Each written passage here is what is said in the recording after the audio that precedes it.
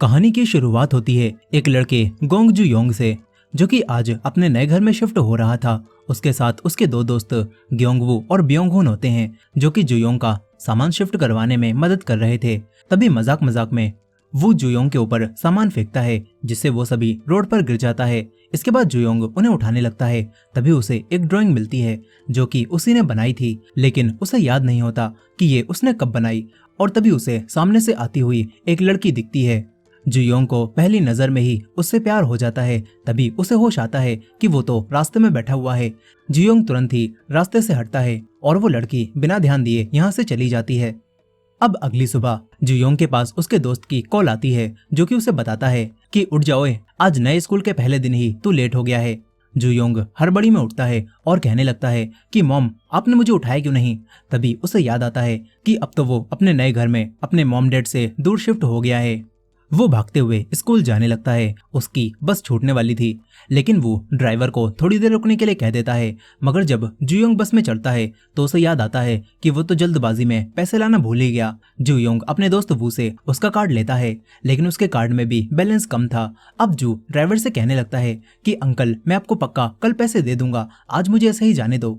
लेकिन bus driver नहीं मानते और कहते हैं कि रास्ते से हटो, दूसरों को भी अंदर आने दो। तभी जू देखता है कि वही कल वाली लड़की उसके पीछे खड़ी है। वो लड़की अब जू को देखती है और उसकी तरफ से भी पे कर देती है, जिससे जुयोंग अंदर आ जाता है। वो वू से कहने लगता है कि ओए, अपने पीछे देख, वो लड़की कितनी सुंदर है, उसने मेरी तरफ से भी पे कर दिया, शायद वो मुझे पसंद करती है। अब तभी बस एक झटके के साथ चलती है और जो गिरता हुआ डायरेक्ट उसी लड़की का कॉलर पकड़ लेता है। उसे जैसे ही इस बात का एहसास होता है तो तुरंत ही जू उस लड़की से माफी मांगता है। वो लड़की जुयोंग से कुछ भी नहीं कहती। इसके बाद इनके स्कूल में जब जुयोंग के टीचर इन्हें पढ़ा रहे थे तो तभी उसका दूसरा दोस्त ब्योंग उसके पास मैसेज करके कहने लगता है कि यार, ये सर तो कितना पका रहे हैं, लंच में वो की क्लास में चलेंगे। जू भी मान जाता है। वहीं दूसरी तरफ हम वो की क्लास को देखते हैं, जिसमें वही लड़की भी पढ़ती है। वो अपनी क्लास में आराम से सो रहा था। तभी जुयोंग और ब्योंग यहाँ पर आते हैं। ब्योंग अपने मुंह से बदबूदार डकार छोड़कर वो की नींद खराब कर देता है। यहीं अब इनके पास इनका चौथा दोस्त मिन भी आ जाता है। अब इसके बाद ब्योंग मिन के ऊपर भी बदबूदार हवा छोड़ता है। जुयोंग को ये सब करवा कर काफी मजा आ रहा था, लेकिन तभी उसकी नजर पड़ती है यहाँ पर बैठी हुई उसी लड़की पर। इस लड़की का नाम जारिम होता है। जुयोंग उसे देखकर शर्माकर तुरंत यहाँ से निकल लेता है। जारिम के साथ उसकी दो दोस्त मिंजी और आरम भी बैठी होती हैं। वहीं पर बाहर जू के दोस्त उस पर हंसने लगते हैं, क्योंकि जू उनसे कह रहा था कि उसे जारिम से पहली नजर में ही प्यार हो गया है। जू कहता है कि शायद हमारी किस्मत में ही एक होना लिखा है। मैं उससे एक ही दिन में कितनी बार मिल लिया, और तो और उसने मेरी तरफ से बस में किराया भी दिया था। जू खुश होने लगता है, लेकिन उसके दोस्त उसका मजाक बनाते हुए कहते हैं कि दिन में सपने मत देख, ऐसा कुछ भी नहीं होने वाला। अब स्कूल के बाद जुयोंग वो के साथ कहीं पर जा रहा था तो तभी इन्हें जारिम दिखती है, जो कि पास ही के अपार्टमेंट में रहती थी। जुयोंग ये देखकर कहने लगता है कि देखो, मैं सही था, हमारी जिंदगी में ही मिलना लिखा है, तभी तो वो मेरे घर के इतनी पास रहती है। लेकिन वो कहता है कि अबे आशिक, इस लॉजिक से देखें तो मेरा घर जारिम के काफी ज्यादा करीब है और मैं उसकी क्लास में भी पढ़ता हूँ, यानी कि वो मेरी होगी। तभी जो कहता है कि चलो देखते हैं, अगर वो कल मुझे 8:30 बजे मिली तो समझ जाना हमारा मिलना किस्मत में लिखा है। और फिर अगली सुबह ठीक 8:30 बजे जारिम इन दोनों के सामने बस स्टॉप पर आ जाती है, जिससे जो दोबारा कहने लगता है कि हमारी किस्मत में मिलना लिखा है। मगर वो कहता है कि तू यहाँ पर 20 मिनट से खड़ा होकर उसका इंतजार कर रहा था, ये किस्मत नहीं है। इस पर जुयोंग कहता है कि चलो देखते हैं, अगर उसने स्नैक बार से मेरे जैसा स्नैक खरीदा तो हमारी किस्मत में मिलना लिखा है। लेकिन जारिम कोई दूसरी ड्रिंक खरीद लेती है। इस पर जुयोंग दोबारा से कोई ना कोई वजह बनाकर ये कहने लगता है कि हमारी किस्मत में पक्का मिलना लिखा है। इस सबसे अब वू को काफी गुस्सा आता है। तभी यहाँ पर ब्योंग आ जाता है, जिसने वही ड्रिंक खरीद रखी थी जो ड्रिंक जुयोंग के पास थी। इसके बाद जुयोंग स्कूल के बाहर खड़ा होकर ये कहने लगता है कि अगर जारिम स्कर्ट पहनकर बाहर आई तो समझ जाना हमारी किस्मत में मिलना लिखा हुआ है। ये सब सुनकर वो कहता है कि फिर तो तू ये भी कह देगा कि अगर जारिम सांस लेती है तो तुम्हारी किस्मत में मिलना लिखा है। अब तभी जारिम अपनी दोस्तों के साथ बाहर आती है, जिसने स्कर्ट नहीं पहनी थी। इसके बाद ब्योंग आता है, जिसने स्कर्ट की तरह अपनी जैकेट पहन रखी थी।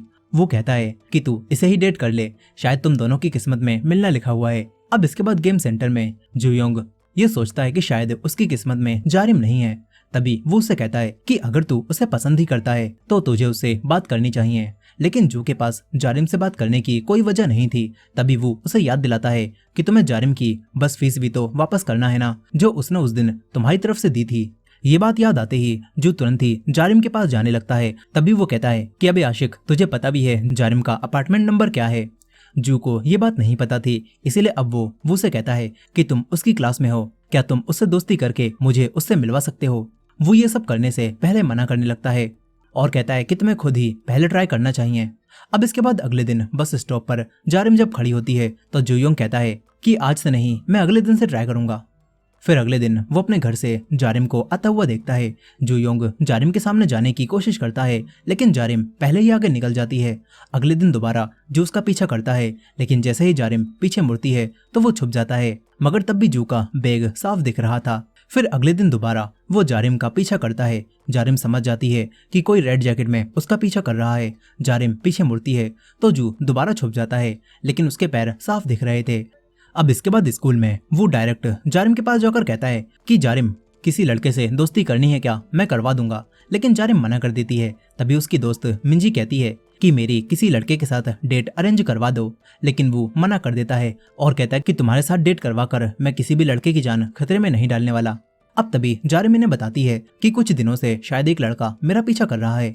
वो कहता है कि क्या तुमने उसका चेहरा देखा। जारिम मना कर देती है और कहती है कि मुझे सिर्फ इतना पता है कि आज उसने रेड जैकेट पहनी है और उसका हेयर कट बाउल है। वो ये सुनकर तुरंत ही जू के पास आ जाता है और कहता है कि जारिम ने मुझे बताया कोई लड़का आजकल उसका पीछा कर रहा है। जू ये सुनकर कहता है कि कौन है, मुझे बताओ, मैं उसे छोड़ूंगा नहीं। जू कहता है कि वैसे मैं रोज उसके पीछे ही चलता हूँ, मैंने कभी भी किसी लड़के को नहीं देखा। तभी वो बताता है कि अबे सन की आशिक वो तू ही है जिसे जारिम स्टोकर समझ रही है, और तो और उसे ये भी पता है कि आज तूने रेड जैकेट पहनी है और तेरा हेयर कट बाउल है। ये बात सुनकर जू परेशान हो जाता है। तभी मिन यहाँ पर आ जाता है और जू मौके का फायदा उठाकर उसे अपनी जैकेट देने लगता है और उसका चश्मा खुद पहन लेता है। लेकिन मिंजी ने ये सब देख लिया था, वो सब समझ जाती है। जू कहता है कि मैं उसे जानबूझकर स्टॉक नहीं कर रहा, दरअसल मुझे उसके पैसे वापस करने थे, लेकिन मैं उससे बात ही नहीं कर पा रहा। मगर मिंजी कहती है कि तुम जारिम को पसंद करते हो ना। मिंजी उसे चारों तरफ से देखती है और कहती है कि भूल जा, तेरा कोई भी चांस नहीं है, तुझ जैसे लड़कों को जारिम पसंद नहीं करती।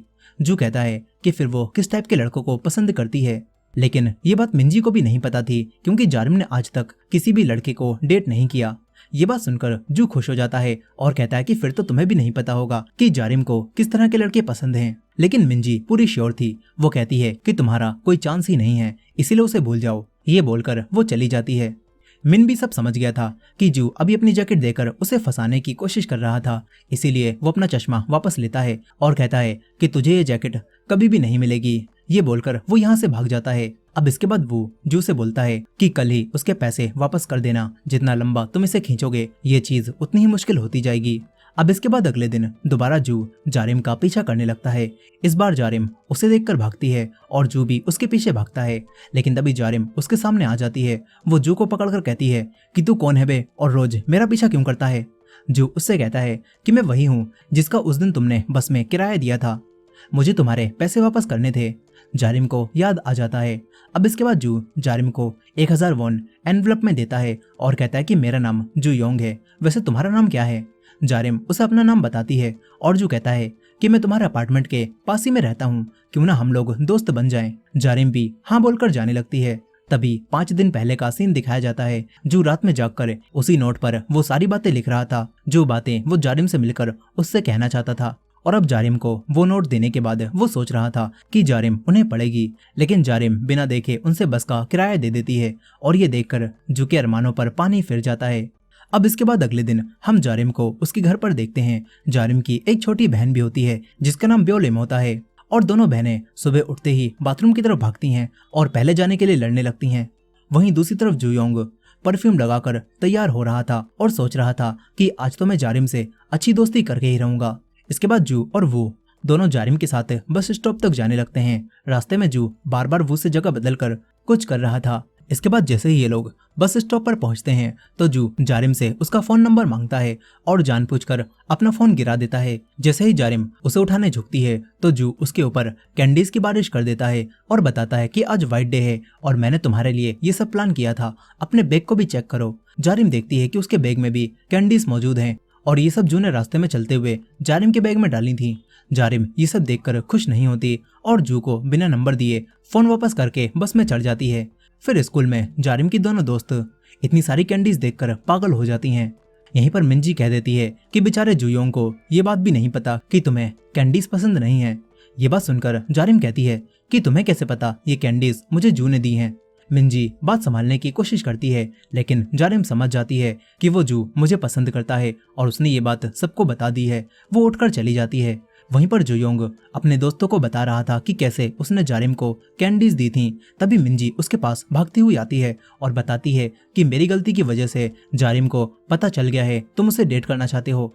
लेकिन जू कहता है कि अच्छा ही हुआ। मिंजी उसे समझाने की कोशिश करती है कि तेरा कोई चांस ही नहीं है। अब तभी जारिम वहां से गुजरती है। जू ये देखकर उसे आवाज लगाता है और ये देखकर मिंजी तुरंत ही छुप जाती है। जू जारिम से कहता है कि तुम मुझे अपना नंबर देना भूल गई थी, अब दे दो। लेकिन जारिम उसे अवॉइड करती है और चली जाती है। फिर मिंजी दोबारा जू से कहती है कि भूल जाओ, तुम उसे कभी डेट नहीं कर पाओगे। अब इसके बाद अगले दिन फिर से सुबह ही जू जारिम के सामने आ जाता है। वो उसे साइन लैंग्वेज में बताता है कि वो उससे प्यार करने लगा है। लेकिन जारिम भी उससे साइन लैंग्वेज में कहती है कि मैं तुझे बीच से काट दूंगी। लेकिन जू तब भी नहीं मानता। वो हर जगह गिटार बजाते हुए उसका पीछा करता है और कहता है कि मुझे अपना नंबर दे दो। जारिम भी गुस्से में आकर उसका गिटार फेंक देती है, लेकिन उससे जू के हाथ में चोट लग जाती है। जारिम उससे माफी मांगती है और कहती है कि तुम्हें ज्यादा तो नहीं लगी ना, मुझे दिखाओ। जो उसे अपना हाथ दिखाता है जिस पर उसने लिख रखा था कि मुझे अपना नंबर दे दो। जारिम गुस्से में जाने लगती है। वो वू से कहती है कि इसे मेरा नंबर दे देना। वो अब जूयोंग को जारिम का नंबर सेंड कर देता है, लेकिन जू को काफी गुस्सा आता है क्योंकि उसे खुद ही जारिम से बात करके नंबर लेना था। अब इसके बाद जू एक डॉक्टर के पास आता है और बताता है कि मुझे एक बीमारी हो गई है, मैं उस लड़की से अपनी फीलिंग्स शेयर ही नहीं कर पा रहा। डॉक्टर उसे मारकर भगा देते हैं।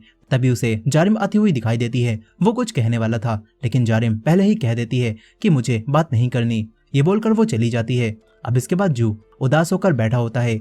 बाहर बारिश हो रही थी और तभी वो जू के पास आकर बताता है कि जारिम आज अपना छाता लाना भूल गई है। ये सुनते ही जू को आइडिया आता है कि वो जारिम के साथ एक ही अम्ब्रेला में घर जा सकता है। उसके बाकी दोनों दोस्त भी यहाँ पर आ जाते हैं। वो जू को अपना अम्ब्रेला देते हैं, लेकिन तभी ब्योंग कहता है कि क्या पता जारिम की दोस्त भी अम्ब्रेला लाई हो, फिर तो जारिम उनके साथ चली जाएगी।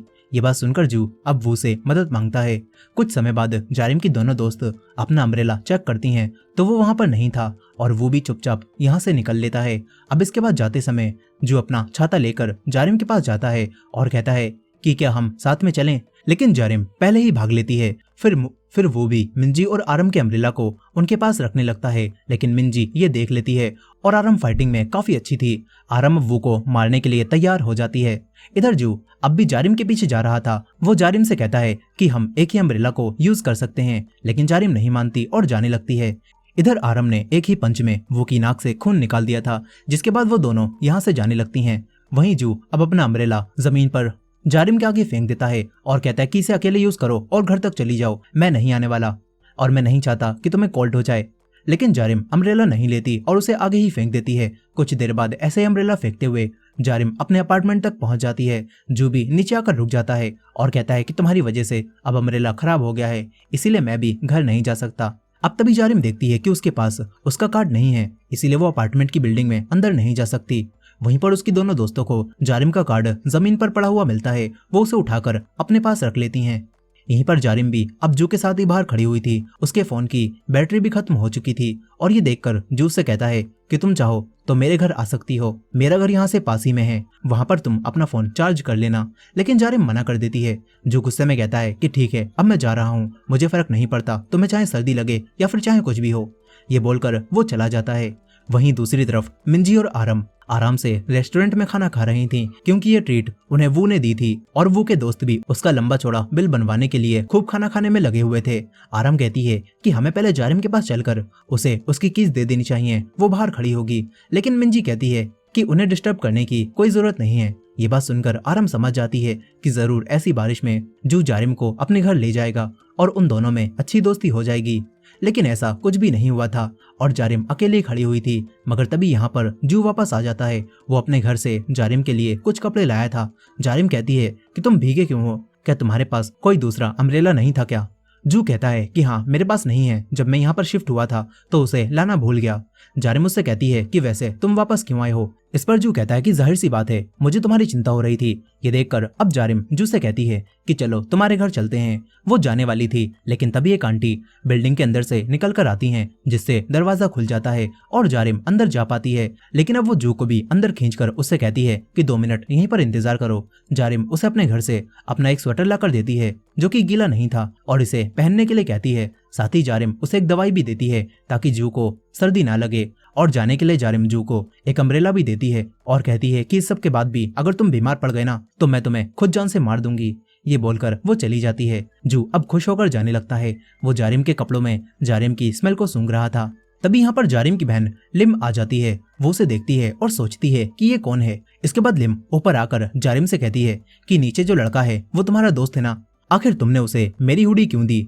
जारिम उसे छेड़कर खुश होने लगती है और वहीं पर जू सोच रहा था कि ये स्वेटर जारिम का है। और इसी एंडिंग के साथ इस के ड्रामा के 2 एपिसोड्स की कहानी यहीं पर खत्म हो जाती है। दोस्तों अगर आपको इस के ड्रामा के आगे के एपिसोड्स भी देखने हैं तो कमेंट सेक्शन में नेक्स्ट पार्ट लिखना मत भूलिएगा और इस वीडियो को भी लाइक करके हाइप कर दीजिएगा। मिलते हैं नेक्स्ट पार्ट में।